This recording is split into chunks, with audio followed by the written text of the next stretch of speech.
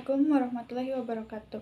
Perkenalkan, nama saya Puput Tamara Putri dari Prodi Administrasi Publik Universitas Muhammadiyah Bandung dengan NIM 2102111105. Sebelumnya di sini saya akan menjelaskan mengenai hukum permintaan.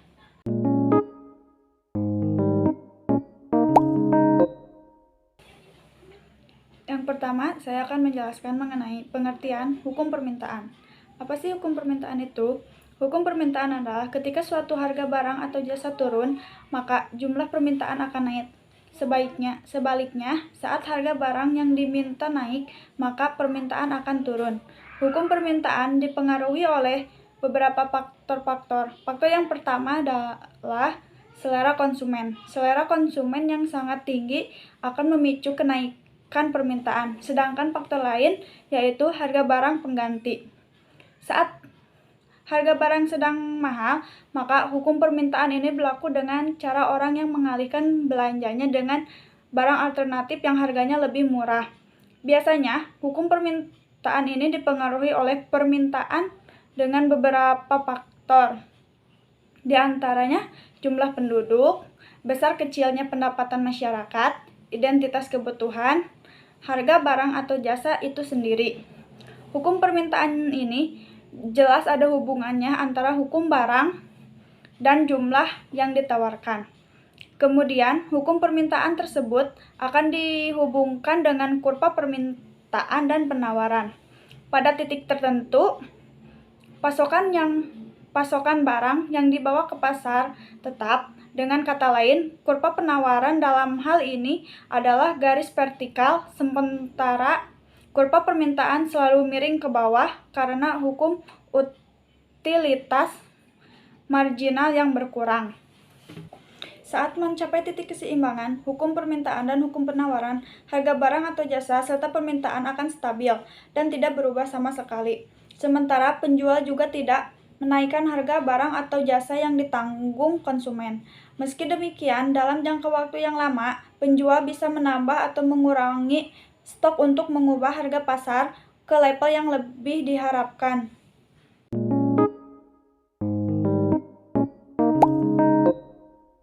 Selanjutnya, ada pengertian fungsi permintaan menurut para ahli. Di sini saya mengambil menurut Riwayanti dan Markonah pada tahun 2008. Fungsi permintaan atau demand adalah hubungan antara harga komoditas dengan jumlah harga yang diminta atau dibeli sesuai dengan asumsi variabel lainnya konstan atau yang sering disebut ceteris paribus. Dalam bukunya Gasperes 2011 menjelaskan hukum permintaan berbunyi jika kuantitas produk yang diminta konsumen berhubungan terbalik atau negatif dengan harga produk. Biasanya hal ini terjadi dengan asumsi seluruh variabel permintaan dari tanggap permintaan yang dianggap konstan.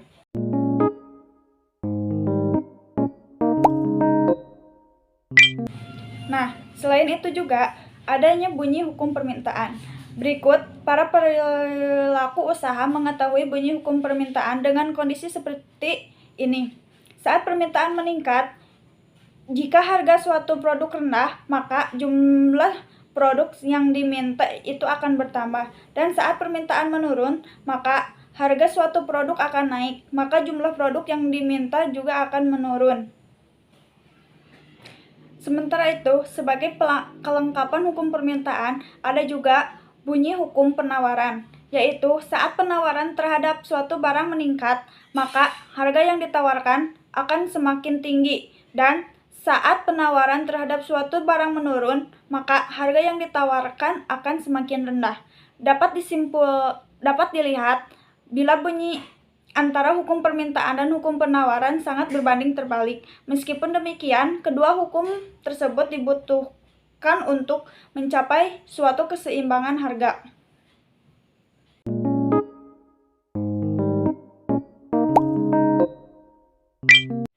Selanjutnya, saya akan membahas mengenai fungsi permintaan. Pengertian secara umum yang sudah dibahas sebelumnya, apa itu permintaan dan bagaimana hubungannya antara permintaan dan dengan harga. Kemudian, untuk menghitung secara kuantitatif, maka diberlakukan rumus supaya mempermudah dalam perhitungan yang ada. Berikut saya akan lampirkan rumus beserta keterangan yang digunakan dalam fungsi permintaan.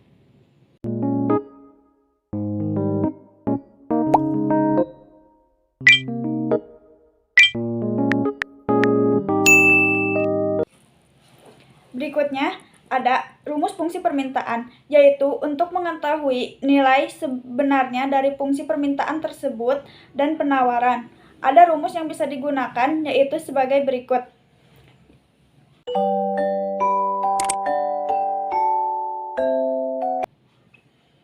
Nah, rumusnya yaitu P dikurang P1 sama dengan Q dikurang Q1 per P2 dikurang P1 sama dengan Q2 dikurang Q1.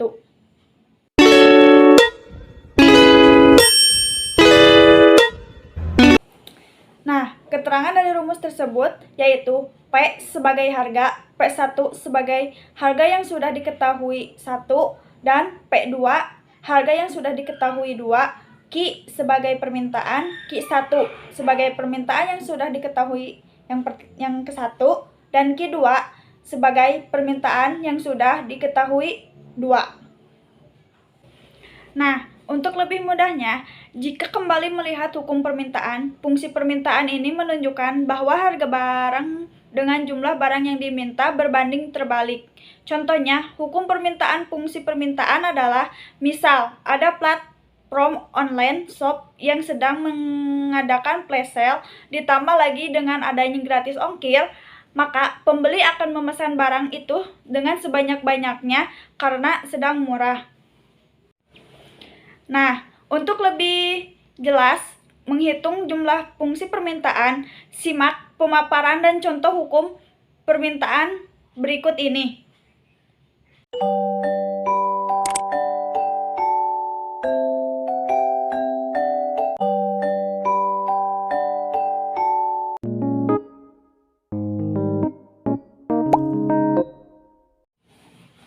Nah, selanjutnya saya akan menjelaskan mengenai kurva permintaan. Sebuah hukum permintaan akan suatu barang akan meningkat ketika barangnya turun. Maka dari itu, kurva permintaan adalah pengambilan dari pernyataan yang dituangkan ke dalam penggambaran untuk mempermudah pemahamannya. Kurva permintaan ini memiliki gradien atau kemiringan atau slope negatif. Artinya, slope pada kurva ini menurun dari kiri ke kanan bawah, sehingga menunjukkan adanya hubungan harga permintaan yang berbanding terbalik. Kurva yang menurun dari atas ke kanan bawah memperlihatkan kondisi naik turunnya harga komoditas.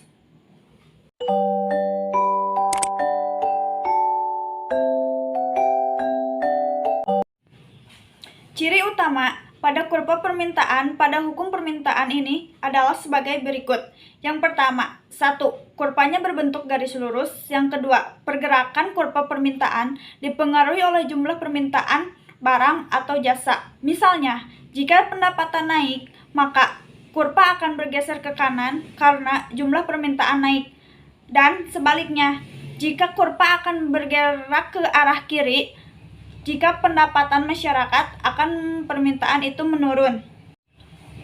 Yang ketiga, harga barang dengan jumlah barang yang berbanding terbalik. Artinya, jika harga barang naik, permintaan akan menurun. Sebaliknya, jika harga barang turun, maka permintaan akan meningkat. Yang keempat, kurvanya berslope negatif, yang artinya karena kurva digambarkan dari kiri atas lalu menurun ke bawah. Ini menunjukkan adanya hubungan terbalik suatu harga dan jumlah barang yang diminta.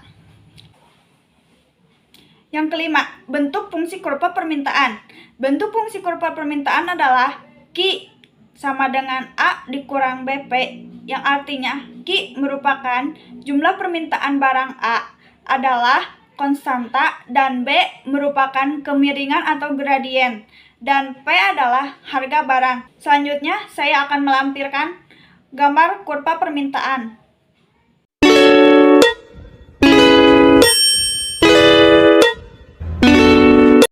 Nah, dari kurva yang teman-teman sudah lihat, meskipun begitu, kurva hukum permintaan ini bisa mengalami perubahan dan pergerakan di dalam teorinya. Perubahannya terjadi karena dua sebab utama, yakni perubahan harga barang yang bersangkutan dan karena faktor ceteris paribus atau merupakan faktor selain harga barang itu sendiri sesuai dengan pendapatan pembeli atau selera pasar. Jika yang berubah faktor ceteris paribus, maka akan terjadi pergeseran kurva permintaan atau yang disebut shifting. Bila pendapatan meningkat, kurva permintaan bergeser sejajar ke kanan dan pendapatan menurun. Dan jika pendapatan menurun, kurva permintaan bergeser sejajar ke kiri. Maka pengaruh masing-masing faktor dipengaruhi oleh permintaan terhadap pergerakan atau movement dan pergeseran atau shifting.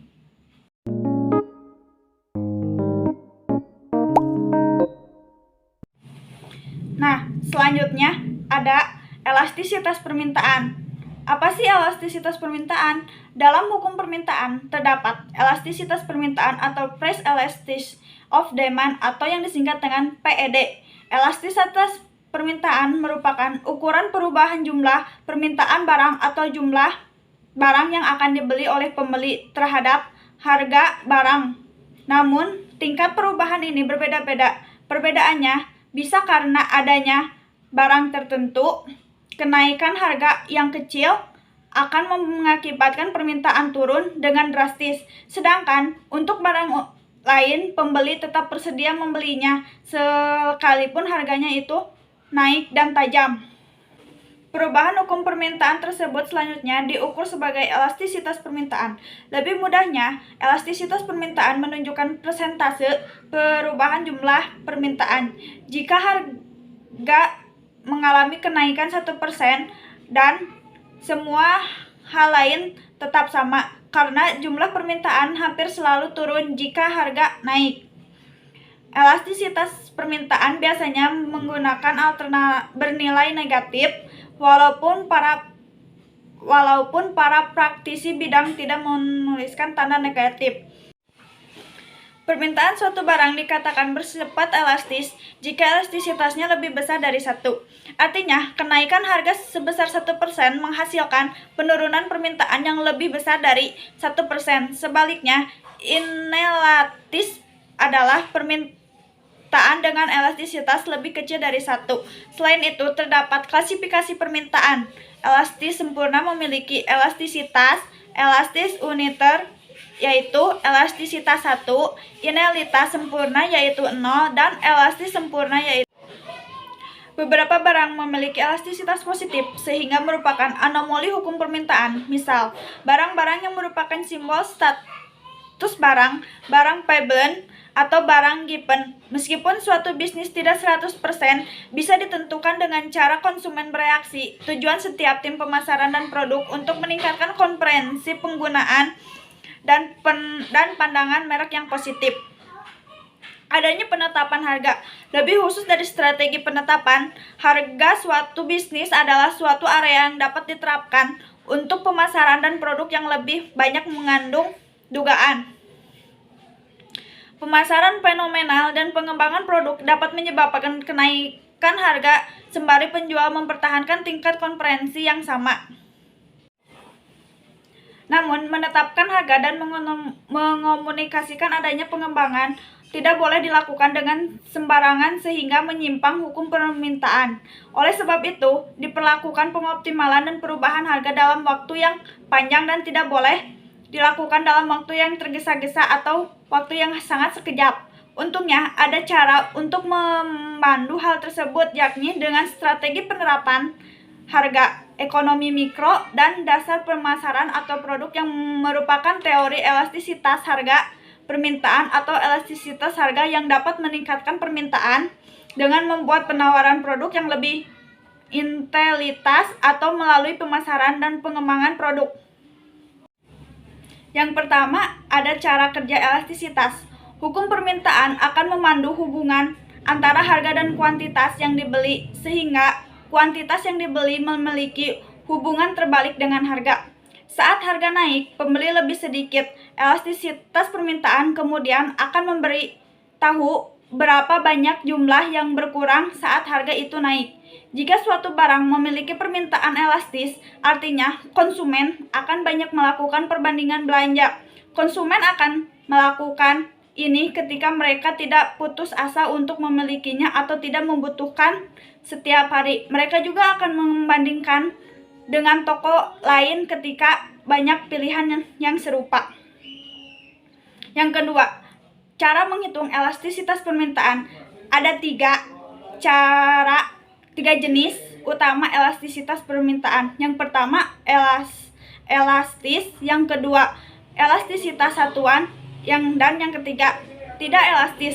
Sebelum mempelajari hal ini, maka harus paham dulu tentang hukum permintaan dan hukum penawaran. Untuk menghitung price elastic of demand atau yang disingkat dengan PED, berikut persamaan yang akan digunakan. Saya akan lampirkan di slide berikutnya.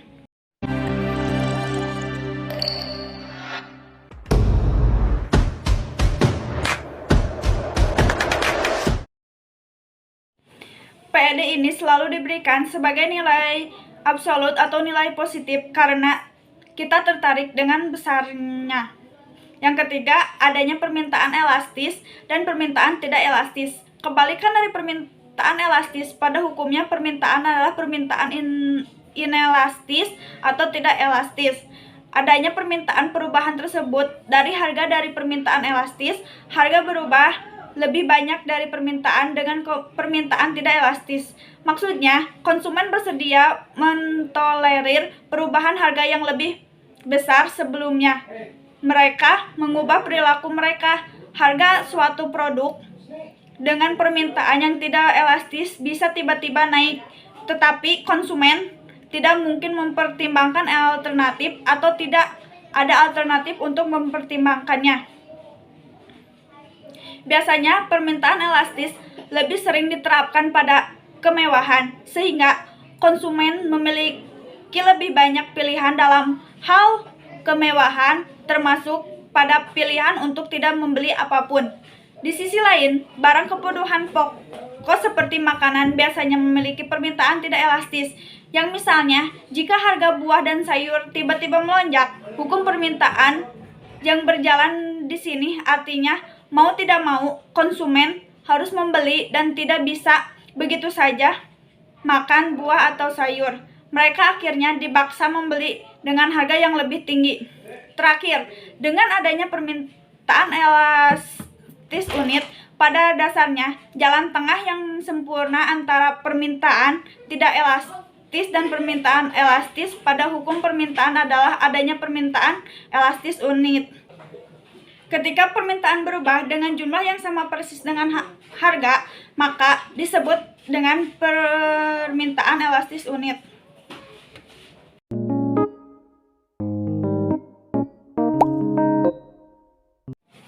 Nah, selanjutnya ada faktor yang mempengaruhi hukum permintaan. Adanya hukum permintaan dan juga ciri-ciri dan fungsinya terjadi karena adanya faktor yang mempengaruhi permintaan. Berikut faktor-faktor yang mempengaruhi permintaan pada hukum permintaan.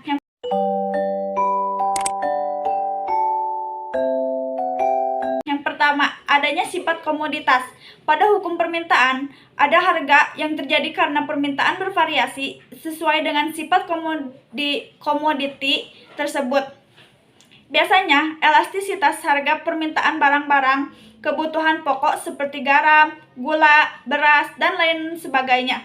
Adanya perubahan harga komoditas tersebut tidak akan mempengaruhi permintaan, karena konsumen akan tetap membeli komoditas tersebut meskipun perubahan harga yang meningkat. Sebaliknya, elastisitas harga terhadap permintaan barang mewah seperti emas, smartphone, televisi, kendaraan bermotor, dan lain sebagainya akan lebih besar daripada suatu kesatuan. Adanya sedikit perubahan harga komoditas mewah tersebut berdampak besar pada permintaan pembelian, sementara elastisitas harga permintaan tersier di atas merupakan satu kesatuan yang mengimplementasikan perubahan permintaan yang proporsional karena adanya perubahan harga. Yang kedua, ketersediaan barang pengganti. Adanya barang substitusi atau barang pengganti di pasar dengan harga yang lebih wajar akan mempengaruhi adanya permintaan yang elastis. Barang pengganti biasanya mengacu pada barang yang akan digunakan di tempat lain seperti kopi, biskuit, dan lain-lain. Pada ketersediaan barang tersebut, maka akan mengalami sedikit penurunan harga suatu barang pengganti yang menyebabkan akan lebih banyak permintaan untuk harga barang tersebut. Akibatnya, akhirnya permintaan barang akan lebih menjadi elastis. Misalnya, jika harga teh turun, maka orang akan membeli lebih banyak teh daripada membeli kopi yang biasanya mereka beli dan permintaan kopi akan lebih sedikit. Sementara itu, barang substitusi memiliki permintaan yang lebih elastis. Yang ketiga, barang dengan penggunaan berbeda. Barang yang dapat digunakan untuk berbagai keperluan mengandung permintaan elastis pada hukum permintaan. Dengan adanya kenaikan harga di suatu komoditas menyebabkan penurunan penggunaan komoditas. Misalnya, susu yang digunakan untuk membuat keju, teh, yogurt, roti, dan masih banyak lagi. Ketika harga susu dinaikkan, maka akan digunakan untuk tujuan minum saja dan permintaan untuk keperluan lain yang kurang penting akan menurun drastis.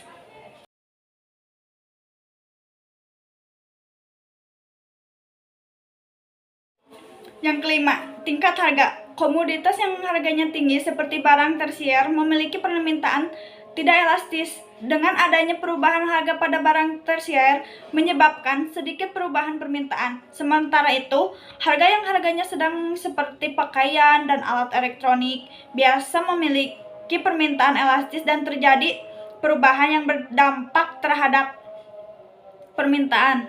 Yang enam, jangka waktu. Hukum permintaan juga dipengaruhi oleh jangka waktu tertentu. Jika jangka waktu pendek, maka tidak elastis. Jika jangka waktunya panjang, maka permintaannya akan elastis. Hal ini tergantung pada selera, preferensi, dan kebiasaan konsumen yang bisa berubah dalam jangka waktu.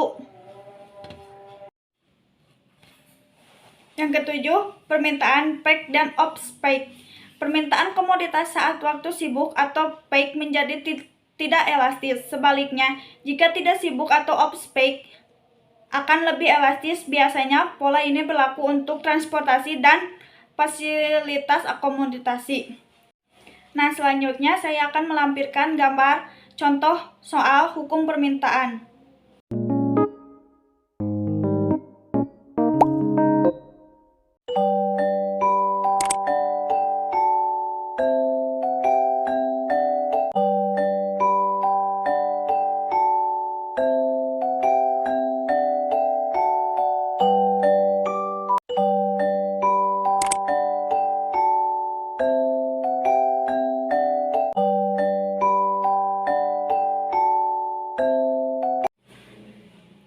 Sekian yang bisa saya sampaikan. Mohon maaf bila banyak kesalahan dan kekurangan. Wassalamualaikum warahmatullahi wabarakatuh.